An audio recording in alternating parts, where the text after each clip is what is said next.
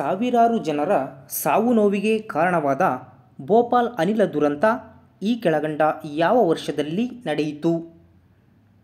ಭೋಪಾಲ್ ಅನಿಲ ದುರಂತ ನಡೆದಂತಹ ವರ್ಷ ಯಾವುದು? ಭೋಪಾಲ್ ಅನಿಲ ದುರಂತ ಸರಿಯಾದ ಉತ್ತರ ಡಿಸೆಂಬರ್ 1984. ಡಿಸೆಂಬರ್ 1984ರಲ್ಲಿ ಭೋಪಾಲ್ ಅನಿಲ ದುರಂತವು ಸಂಭವಿಸಿತು.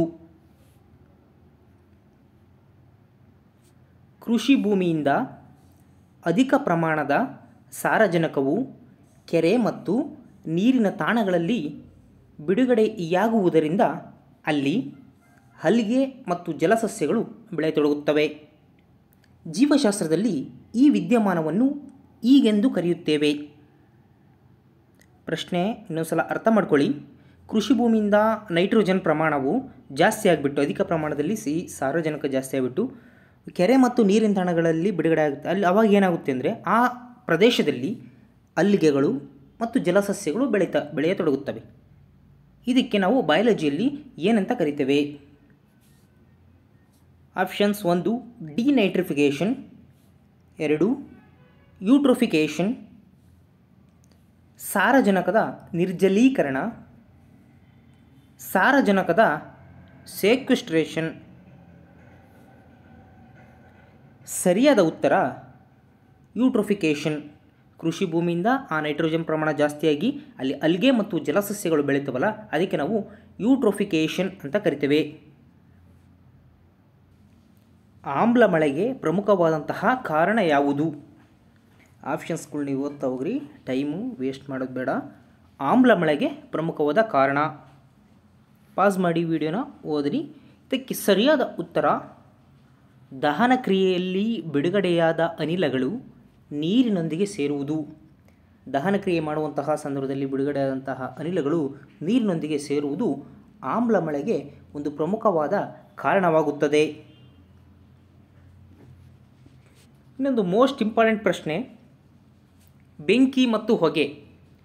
ಈ ಬೆಂಕಿ ಮತ್ತು ಹೊಗೆ ಕಾರುವಂತಹ ಬಾಂಬುಗಳ ತಯಾರಿಕೆಯಲ್ಲಿ ಈ ಕೆಳಗಿನ ಯಾವುದನ್ನು ಉಪಯೋಗಿಸುತ್ತಾರೆ? ಮೋಸ್ಟ್ ಇಂಪಾರ್ಟೆಂಟ್ ಪ್ರಶ್ನೆ. ಇತ್ತೀಚಿನ ಪ್ರಶ್ನೆ ಪತ್ರಿಕೆಗಳಲ್ಲಿ ಬಹಳಷ್ಟು ಸೈನ್ಸ್ ಪ್ರಶ್ನೆಗಳು ಮತ್ತು ಅಪ್ಲೈಡ್ ಸೈನ್ಸ್ ಪ್ರಶ್ನೆಗಳನ್ನು ಕೇಳ್ತಾ ಬರ್ತಿದ್ದಾರೆ. ಇದು ಸಮೇತ ಒಂಥರ ಅಪ್ಲೈಡ್ ಸೈನ್ಸ್ ಕ್ವಶನ್. ನೋಡಿ, ಬಿಳಿ ರಂಜಕ, ಸೋಡಿಯಂ, ಗಂಧಕ, ಗ್ರಾಫೈಟ್. ಸರಿಯಾದ ಉತ್ತರ ವೈಟ್ ಫಾಸ್ಫರಸ್. ಈ ಬಿಳಿ ರಂಜಕಗಳನ್ನು ಬೆಂಕಿ ಮತ್ತು ಹೊಗೆ ಕಾರುವಂತಹ ಬಾಂಬುಗಳ ತಯಾರಿಕೆಯಲ್ಲಿ ಬಿಳಿ ರಂಜಕವನ್ನು ಬಳಸುತ್ತಾರೆ. ನೋಡಿ, 0 ಡಿಗ್ರಿ ಸೆಲ್ಸಿಯಸ್ಸನ್ನು ನಾವು ಕೆಲ್ವಿನ್ಗೆ ಕನ್ವರ್ಟ್ ಮಾಡಿದಾಗ ಏನಾಗುತ್ತದೆ? 0 degree Celsius equal to how much kelvin? ಸರಿಯಾದ ಉತ್ತರ 273 ಕೆಲ್ವಿನ್ ಅಂದರೆ 0 ಡಿಗ್ರಿ. ಕೆಲವೊಂದು ಡಿಗ್ರಿ ಸೆಲ್ಸಿಯಸ್ಸಿಂದ ಕೆಲ್ವಿನ್ಗೆ ಕನ್ವರ್ಟನ್ನು ಮಾಡೋದು ಕೇಳ್ತಾರೆ. ಫಾರ್ ಎಕ್ಸಾಂಪಲ್ 25 ಡಿಗ್ರಿ ಸೆಲ್ಸಿಯಸ್ ಇದೆ, ಅದನ್ನು ಕೆಲ್ವಿನ್ಗೆ ಕನ್ವರ್ಟ್ ಮಾಡಿದರೆ ನೀವು 25 ಡಿಗ್ರಿ ಸೆಲ್ಸಿಯಸ್ಗೆ ಪ್ಲಸ್ 273 ಮಾಡಿದರೆ ಅದು ಕೆಲ್ವಿನ್ಗೆ ಕನ್ವರ್ಟ್ ಆಗುತ್ತೆ. ಫಾರ್ ಎಕ್ಸಾಂಪಲ್ 30 ಡಿಗ್ರಿ ಸೆಲ್ಸಿಯಸ್ ಇದೆ, ಅದನ್ನು ಕೆಲ್ವಿನಲ್ಲಿ ಮಾಡಿ ಅಂತ ಹೇಳಿದ್ರೆ 273ನ ನೀವು ಆ್ಯಡ್ ಮಾಡ್ತಾ ಹೋದರೆ ಮುಗೀತು. ಸೆಲ್ಸಿಯಸ್ಸಲ್ಲಿರೋದಕ್ಕೆ ನೀವು 273ನ ಆ್ಯಡ್ ಮಾಡಿದರೆ ಅದು ಕೆಲ್ವಿನ್ಗೆ ಕನ್ವರ್ಟ್ ಆಗುತ್ತೆ. ನೆಕ್ಸ್ಟು, ಪ್ರೆಷರ್ ಕುಕ್ಕರ್ನಲ್ಲಿ ಆಹಾರ ಬೇಗನೆ ತಯಾರಾಗುವುದು, ಇದಕ್ಕೆ ಪ್ರಮುಖವಾದ ಕಾರಣ ಏನು? ನೋಡಿ, ಆಪ್ಷನ್ಸ್ ನೋಡಿ. ನೀರಿನ ಕುದಿಯುವ ಬಿಂದು ಹೆಚ್ಚುತ್ತಾ ಹೋಗುತ್ತದೆ, ಮೆಲ್ಟಿಂಗ್ ಪಾಯಿಂಟು ಹೆಚ್ಚುತ್ತಾ ಹೋಗುತ್ತದೆ. ಬಿ ನೋಡಿ, ಅದೇ ನೀರಿನ ಕುದಿಯುವ ಬಿಂದು ಕಡಿಮೆ ಆಗ್ತಾ ಹೋಗುತ್ತದೆ. ನೀರಿನ ಕುದಿಯುವ ಬಿಂದು ಆಪ್ಷನ್ ಸಿ ಹೆಚ್ಚುತ್ತಾ ಹೋಗುತ್ತೆ, ಬಿ ಕಡಿಮೆ ಆಗ್ತಾ ಹೋಗುತ್ತೆ. ಸಿ ನೋಡಿ, ನೀರಿನ ಕುದಿಯುವ ಬಿಂದು ಸ್ಥಿರವಾಗಿರುತ್ತೆ, ಅಂದರೆ ಕುದಿಯುವ ಬಿಂದು ಸ್ಥಿರವಾಗಿರುತ್ತೆ. ಡಿ ನೋಡಿ, ಒತ್ತಡ ಕಡಿಮೆಯಾಗಿರುತ್ತದೆ. ಇದಕ್ಕೆ ಸರಿಯಾದ ಉತ್ತರ ನೀರಿನ ಕುದಿಯುವ ಬಿಂದು ಹೆಚ್ಚುತ್ತಾ ಹೋಗುತ್ತದೆ. ಯಾವಾಗ ಅದರ ಮೆಲ್ಟಿಂಗ್ ಪಾಯಿಂಟ್ ಜಾಸ್ತಿ ಆಗುತ್ತಾ ಹೋಗುತ್ತೋ ಪ್ರೆಷರ್ ಕುಕ್ಕರ್ ಒಳಗಡೆ, ಆವಾಗ ಆಹಾರ ಬೇಗನೆ ತಯಾರಾಗುತ್ತದೆ. ಜಲನಿಲ ಎಂಬುದು ಇವುಗಳ ಮಿಶ್ರಣವಾಗಿದೆ.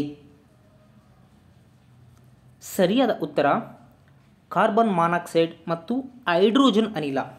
ಕಾರ್ಬನ್ ಮಾನಾಕ್ಸೈಡ್ ನಾವು CO ಅಂತ ಕರಿತೀವಿ. ಕಾರ್ಬನ್ ಮಾನಾಕ್ಸೈಡು ಮತ್ತು ಈ ಹೈಡ್ರೋಜನ್ ಗ್ಯಾಸ್ ಮತ್ತು ಕಾರ್ಬನ್ ಮಾನಾಕ್ಸೈಡ್ ಇವು ಜಲನಿಲ ಅಂತ ನಾವು ಕರಿತೇವೆ. ಅರವಳಿಕೆಗೆ ಅಪೇಕ್ಷಿತ ಶಸ್ತ್ರಚಿಕಿತ್ಸೆಯ ಸಂದರ್ಭದಲ್ಲಿ ಪ್ರಮುಖವಾಗಿ ಇದನ್ನು ಬಳಸುತ್ತಾರೆ. ಅರವಳಿಕೆಗಾಗಿ ಬಳಸುವಂತಹ ಆ ಶಸ್ತ್ರಚಿಕಿತ್ಸೆಯಲ್ಲಿ ಬಳಸುವಂಥದ್ದು ಏನು? ನೋಡಿ, ಕ್ಲೋರೋಫಾರ್ಮ್ನ ಬಳಸುತ್ತಾರೋ, ಡೈಕ್ಲೋರೋಡೈಫಿನೈಲ್, ಬೆಂಜೀನ್ ಎಕ್ಸಾಕ್ಲೋರೈಡ್, ಸಲ್ಫ್ಯೂರಿಕ್ ಆಸಿಡ್.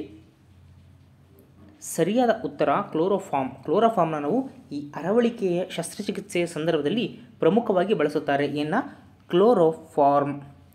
ಕ್ಲೋರೋಫಾರ್ಮನ್ನು ಬಳಸ್ತಾ ಹೋಗ್ತಾರೆ.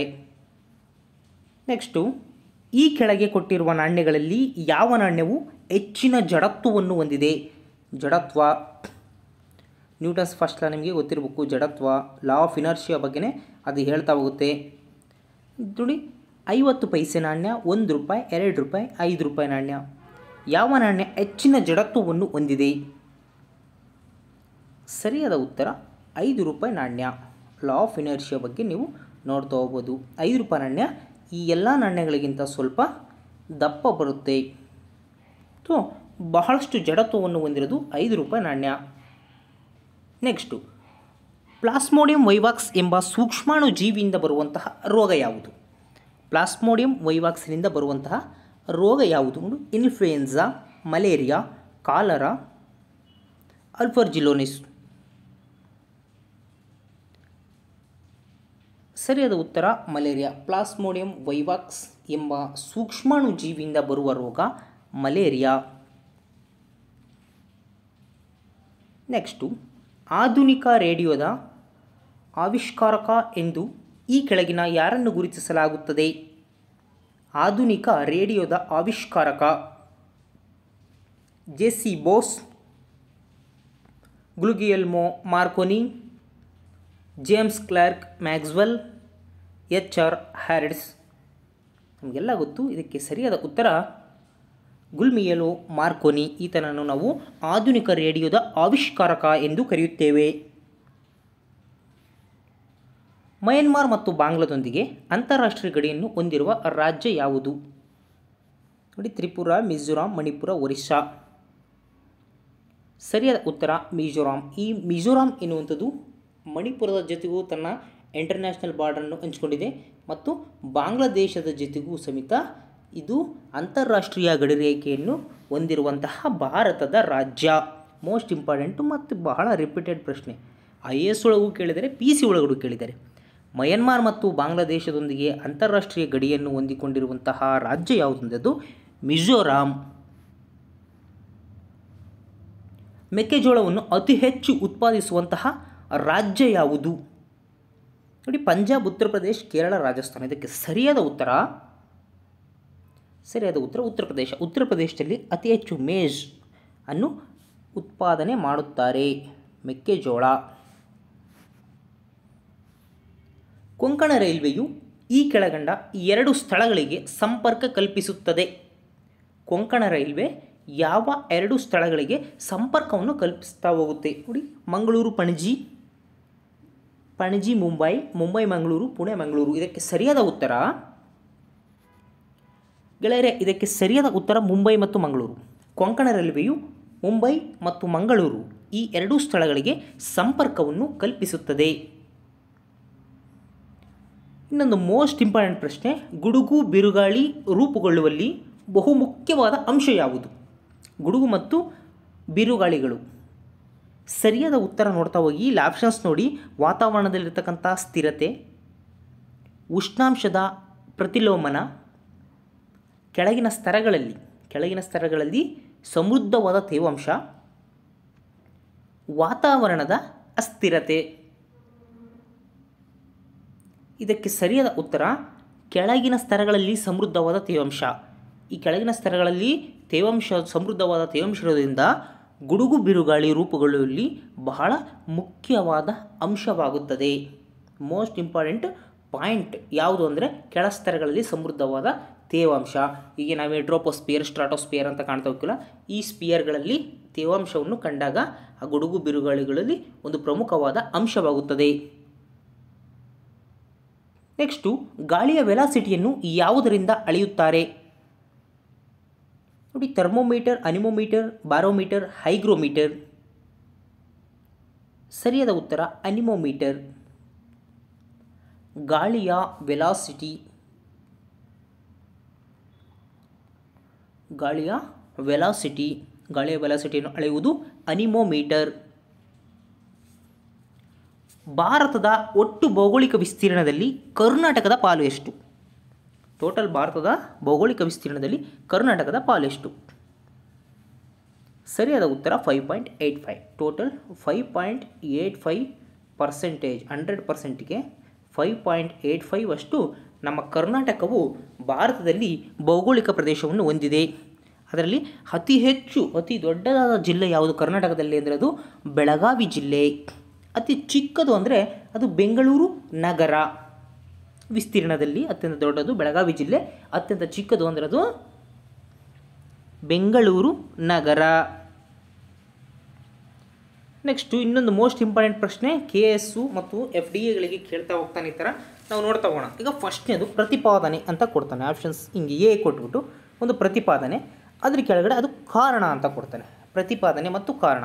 ಅಂದರೆ ಈ ಪ್ರತಿಪಾದನೆಗೆ ಅದು ರೀಸನ್ ಹೌದೋ ಇಲ್ವೋ, ಅದು ಆ ರೀಸನ್ನು ಆ ಪ್ರತಿಪಾದನೆಗೆ ಸರಿಯಾಗಿದೆಯೋ ಅಥವಾ ಇಲ್ವೋ ಅಂತ ಹೇಳ್ತಾ ಹೋಗೋದು.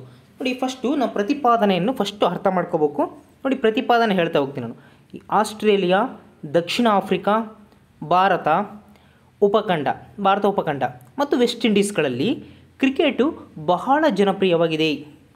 ನೆನಪಿಕೊಳ್ಳಿ, ಆಸ್ಟ್ರೇಲಿಯಾ, ದಕ್ಷಿಣ ಆಫ್ರಿಕಾ, ಭಾರತ ಉಪಖಂಡ ಮತ್ತು ವೆಸ್ಟ್ ಇಂಡೀಸ್ಗಳಲ್ಲಿ ಕ್ರಿಕೆಟು ಬಹಳ ಜನಪ್ರಿಯವಾಗಿದೆ. ನೋಡಿ, ಕಾರಣ ಕೊಡ್ತಾನೆ ಅದಕ್ಕೆ. ಬ್ರಿಟಿಷ್ ವಸಾಹತು ನೆಲೆಸುವಿಕೆಯ ಮೂಲಕ ಈ ದೇಶಗಳಿಗೆ ಕ್ರಿಕೆಟ್ ಹಬ್ಬಿತು. ಅಂದರೆ ಈ ರೀಸನ್ಗೆ ಇದು ಹೊಂದಾಣಿಕೆ ಆಗುತ್ತೋ ಇಲ್ವೋ. ಈಗ ಜನಪ್ರಿಯ ಆಗಿರೋದು ಈ ಕಾರಣಕ್ಕೋಸ್ಕರನೋ ಅಂತ. ಬ್ರಿಟಿಷ್ ವಸಾಹತು ನೆಲೆಸುವಿಕೆಯಿಂದ ಈ ದೇಶಗಳಿಗೆ ಕ್ರಿಕೆಟ್ ಹಬ್ಬಿತು. ಅವನು ಹೆಂಗೆ ಕೊಡ್ತಾನೆ ಆಪ್ಷನ್ಸ್ ನೋಡ್ರಿ. ಎ ಮತ್ತು ಆರ್ ಸರಿ ಇವೆ, ಎಗೆ ಆರ್ ಸರಿಯಾದ ಕಾರಣ. ಎ ಮತ್ತು ಆರ್ ಎರಡೂ ಸರಿವೆ, ಎಗೆ ಆರ್ ಸರಿಯಾದ ಕಾರಣವಲ್ಲ. ಎ ಸರಿ ಇದೆ, ಆರ್ ತಪ್ಪು, ಎ ತಪ್ಪಾಗಿದೆ, ಆರ್ ಸರಿ. ಈ ಥರ ಕೊಡ್ತಾ ಹೋಗ್ತಾನೆ.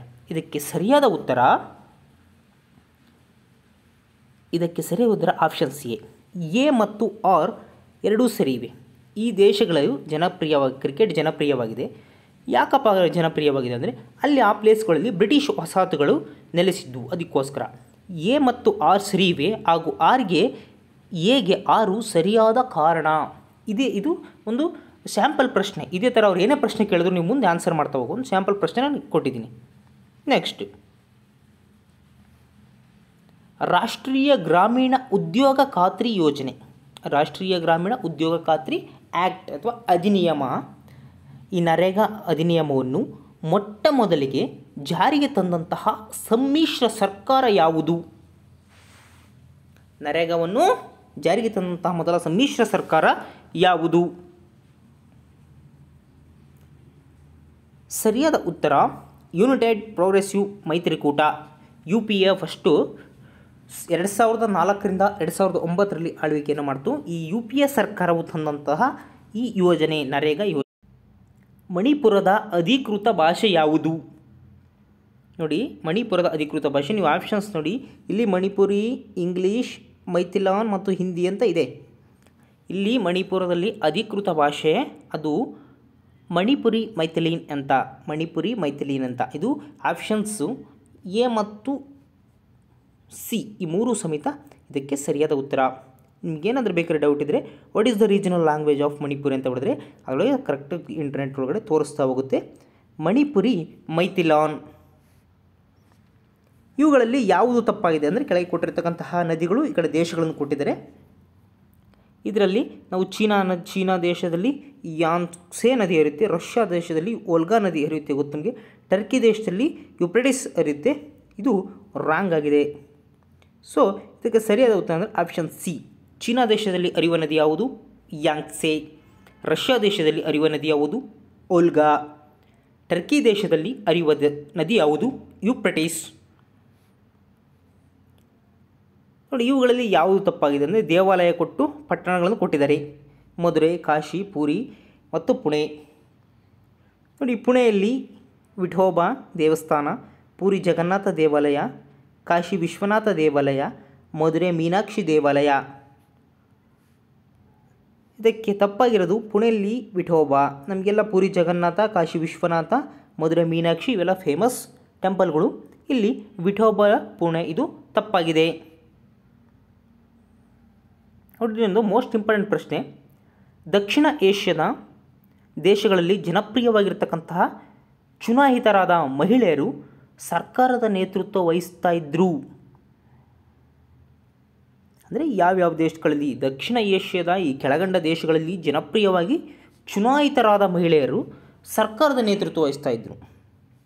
ನೋಡಿ, ಭಾರತ, ಶ್ರೀಲಂಕಾ, ಬಾಂಗ್ಲಾ, ಪಾಕಿಸ್ತಾನ ಕೊಟ್ಟಿಲ್ಲ. ಆಪ್ಷನ್ಸ್ ABCD ಸರಿ, ABC ಸರಿ, AB ಸರಿ, ಎಸ್ ಈ ಥರ ಕೊಟ್ಟಿದ್ದಾರೆ. ಇದಕ್ಕೆ ಸರಿಯಾದ ಉತ್ತರ ಎಲ್ಲವೂ ಸರಿ. ಅಂದರೆ ದಕ್ಷಿಣ ಏಷ್ಯಾದಲ್ಲಿ ಈ ಕೆಳಗಂಡ ದೇಶಗಳು ಅಂದರೆ ಭಾರತ, ಶ್ರೀಲಂಕಾ, ಬಾಂಗ್ಲಾ ಮತ್ತು ಪಾಕಿಸ್ತಾನ ದೇಶಗಳಲ್ಲಿ ಚುನಾಯಿತರಾದ ಮಹಿಳೆಯರು ಸರ್ಕಾರದ ನೇತೃತ್ವ ವಹಿಸಿದ್ದರು. ನೋಡಿ, ಇಲ್ಲಿ ಎ ಪಟ್ಟಿ ಮತ್ತು ಬಿ ಪಟ್ಟಿ ಅಂತ ಕೊಟ್ಟಿದ್ದೇನೆ. ಪಟ್ಟಿ 1, ಪಟ್ಟಿ 2. ಪಟ್ಟಿಯಲ್ಲಿ ಲೇಖಕರ ಹೆಸರು ಮತ್ತು ಅವರ ಕೃತಿಗಳನ್ನು ಕೊಟ್ಟಿದ್ದೇವೆ. ಅದಕ್ಕೆ ಹೊಂದಾಣಿಕೆ ಮಾಡಿ ನಾವು ಬರಿಬೇಕು.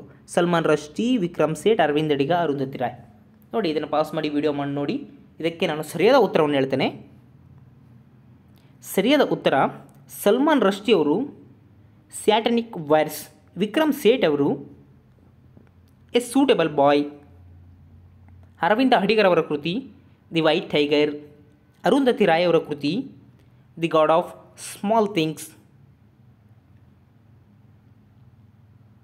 ನೆಕ್ಸ್ಟು, ವಿಕಿಲೀಕ್ಸ್ನ ಪ್ರಧಾನ ಸಂಪಾದಕರ ಹೆಸರೇನು? ಸರಿಯಾದ ಉತ್ತರ ಜೂಲಿಯನ್ ಅಸಾಂಜೆ. ವಿಕಿಲೀಕ್ಸ್ ಅವರ ಪ್ರಧಾನ ಸಂಪಾದಕರು ಜೂಲಿಯನ್ ಅಸಾಂಜೆ. ಗೆಳೆಯರೆ, ಮೋಸ್ಟ್ ಇಂಪಾರ್ಟೆಂಟ್ ಪ್ರಶ್ನೆ. ವಿಶ್ವ ಜಲ ದಿನ ಯಾವತ್ತು? ವಿಶ್ವ ಜಲ ದಿನ ಯಾವ ದಿನದಂದು ನಾವು ವಿಶ್ವ ಜಲ ದಿನವನ್ನು ಆಚರಿಸ್ತೇವೆ? ಮಾರ್ಚ್ 23, 26, 22, 19. ಗೆಳೆಯರೆ, 26ನೇ ಪ್ರಶ್ನೆ. ಈ ಪ್ರಶ್ನೆ ನಂಬರ್ ಹಾಕ್ಬಿಟ್ಟು ನೀವು ಈ ಪ್ರಶ್ನೆಗೆ ಸರಿಯಾದ ಉತ್ತರವನ್ನು ಕಾಮೆಂಟ್ ಬಾಕ್ಸಲ್ಲಿ ಕಾಮೆಂಟ್ ಮಾಡಿ. ಇದಕ್ಕೆ ಸರಿಯಾದ ಉತ್ತರವನ್ನು ನಾನು ಮುಂದಿನ ವಿಡಿಯೋದಲ್ಲಿ ನೀಡುತ್ತೇನೆ. ಧನ್ಯವಾದಗಳು. ಇದೇ ರೀತಿಯ ಹೊಸ ವಿಡಿಯೋಗಳಿಗಾಗಿ ನಮ್ಮ ಯೂಟ್ಯೂಬ್ ಚಾನಲ್ಗೆ ಸಬ್ಸ್ಕ್ರೈಬ್ ಆಗಿ ಮತ್ತು ಪಕ್ಕದಲ್ಲಿರುವ ಬೆಲ್ ಐಕಾನ್ ಮೇಲೆ ಕ್ಲಿಕ್ ಮಾಡಿ.